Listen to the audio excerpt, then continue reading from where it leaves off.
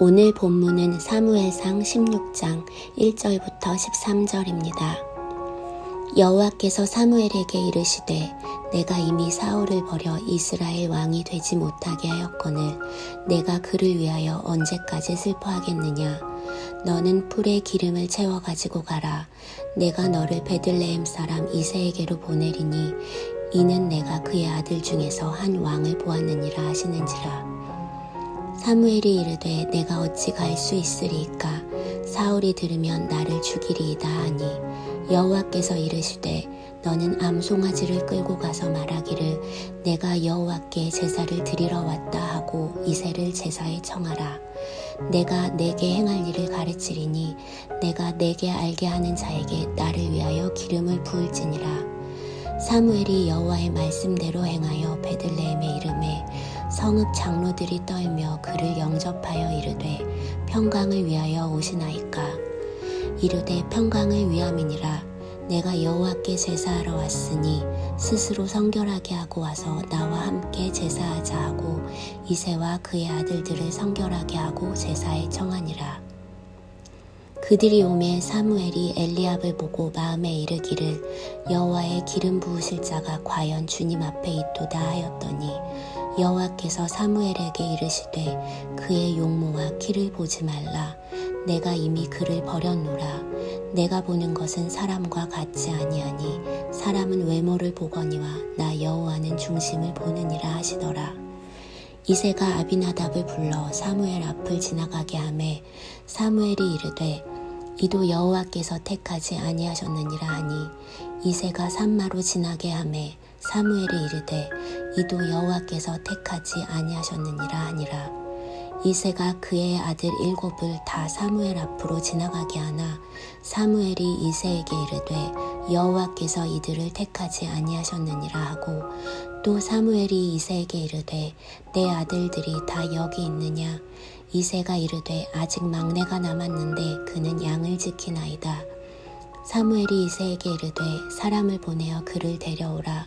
그가 여기 오기까지는 우리가 식사 자리에 앉지 아니하겠노라. 이에 사람을 보내어 그를 데려오매 그의 빛이 붉고 눈이 빼어나고 얼굴이 아름답더라. 여호와께서 이르시되 이가 그니 일어나 기름을 부으라 하시는지라. 사무엘이 기름 뿔병을 가져다가 그의 형제 중에서 그에게 부었더니 이날 이후로 다윗이 여호와의 영에게 크게 감동되니라. 사무엘이 떠나서 라마로 가니라. 아멘.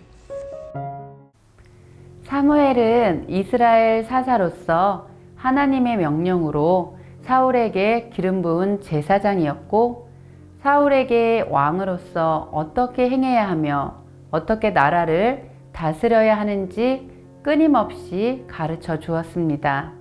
사무엘에게는 사울이 남다른 왕이었을 것 같습니다. 그런데 사울은 우리가 보았듯이 13장과 14장에서 자신의 하나님보다 높았던 죄와 왕의 자리를 지키는 것이 우선이었습니다. 더 비참한 모습은 사무엘의 옷자락이 찢어질 때까지 붙잡고 자기 자신을 지키려 했고 높아지려 했고 백성들과 장로들 앞에서 자신을 왕으로 제대로 세워달라는 것을 봅니다. 사울은 완전히 추락하였습니다. 이런 사울의 모습을 하나님과 사무엘은 매우 슬퍼하시는 것을 15장 35절에서 볼 수 있습니다. 사무엘이 죽는 날까지 사울을 다시 가서 보지 아니하였으니 이는 그가 사울을 위하여 슬퍼함이었고 여호와께서는 사울을 이스라엘 왕으로 삼으신 것을 후회하셨더라. 사무엘이 얼마나 슬펐으면 사울을 다시 가서 보지 못했으며 하나님께서는 얼마나 마음이 아프셨으면 사울을 이스라엘 왕으로 세운 것을 후회한다고 하셨을까요? 하나님의 후회는 우리가 어떤 일을 결정하고 잘못되었을 때 후회하는 것과는 다릅니다. 하나님의 후회는 사울을 왕으로 세운 것을 후회하는 것이 아니라 결국 죄 가운데서 돌이키지 않는 사울을 보시며 너무 마음이 아프시고 또 아프셨다는 하나님의 마음을 드러내신 것입니다. 사무엘 역시 얼마나 슬펐으면 하나님께서 사울을 버린다고 할 때 밤새도록 기도하였을까요? 그리고 그 슬픔에서 빠져나오지 못하고 있습니다. 오늘 본문 1절을 보면 여호와께서 사무엘에게 이르시되 내가 이미 사울을 버려 이스라엘 왕이 되지 못하게 하였거늘 내가 그를 위하여 언제까지 슬퍼하겠느냐? 너는 뿔에 기름을 채워 가지고 가라. 내가 너를 베들레헴 사람 이새에게로 보내리니 이는 내가 그의 아들 중에서 한 왕을 보았느니라 하시는지라. 하나님께서는 슬픔에서 헤어나오지 못하는 사무엘에게 단호하게 말씀하십니다. 언제까지 슬퍼하겠느냐? 그리고 이후의 말씀에선 이새의 아들 중에 한 왕을 보았다 하십니다. 하나님도 사무엘도 참 안타까운 상황이었지만 하나님은 한 왕을 보았다 말씀하심으로 이스라엘을 새롭게 이루어 가실 것을 보여주십니다. 슬픔을 멈추지 못하는 사무엘에게 하나님은 사무엘아 그만 슬퍼하고 뿔에 기름을 채워 이새의 집으로 가라 말씀하십니다.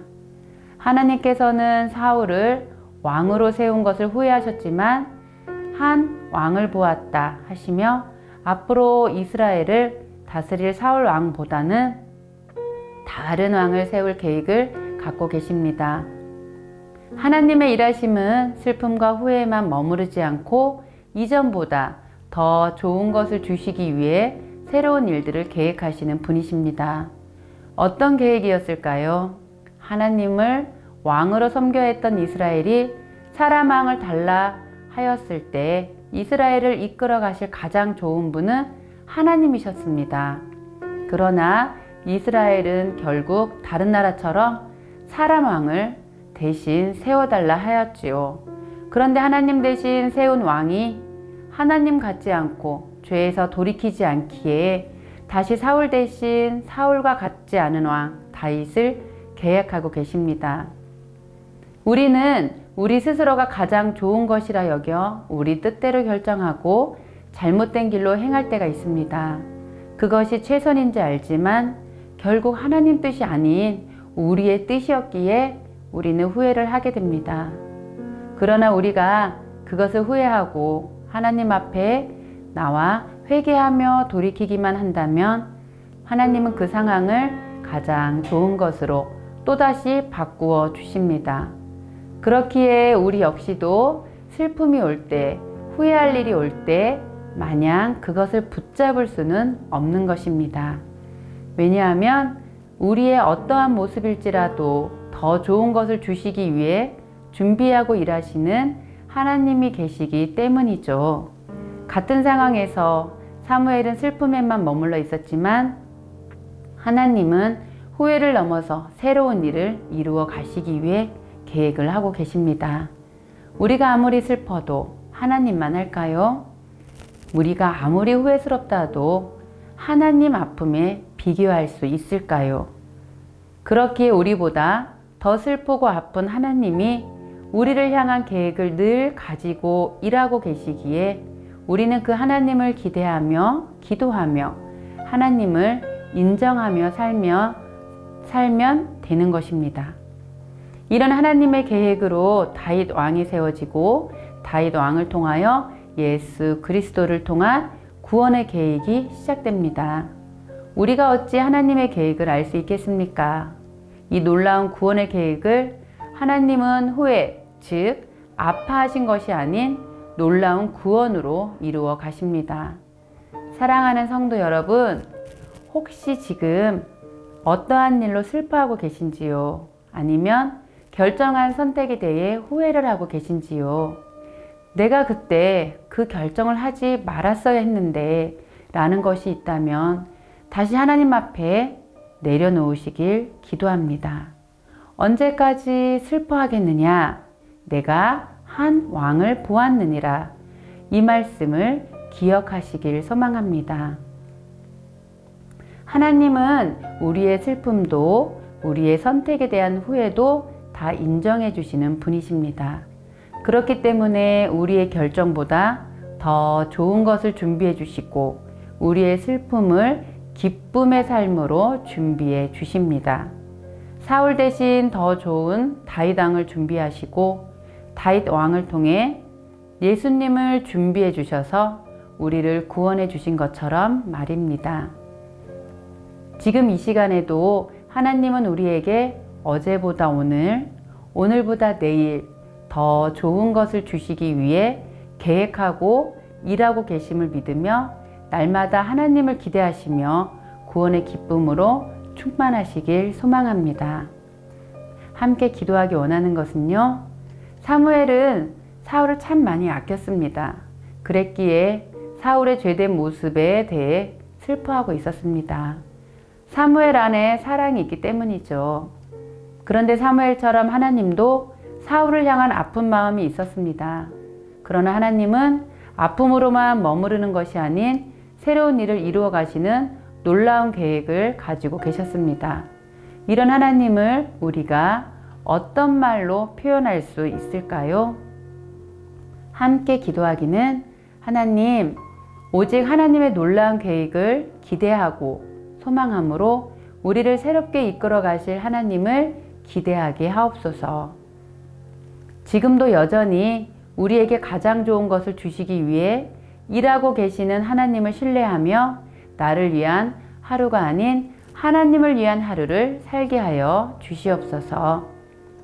사랑하는 성도님들, 오늘 이렇게 하나님과 깊은 만남이 있는 기쁨의 하루가 되시길 소망합니다.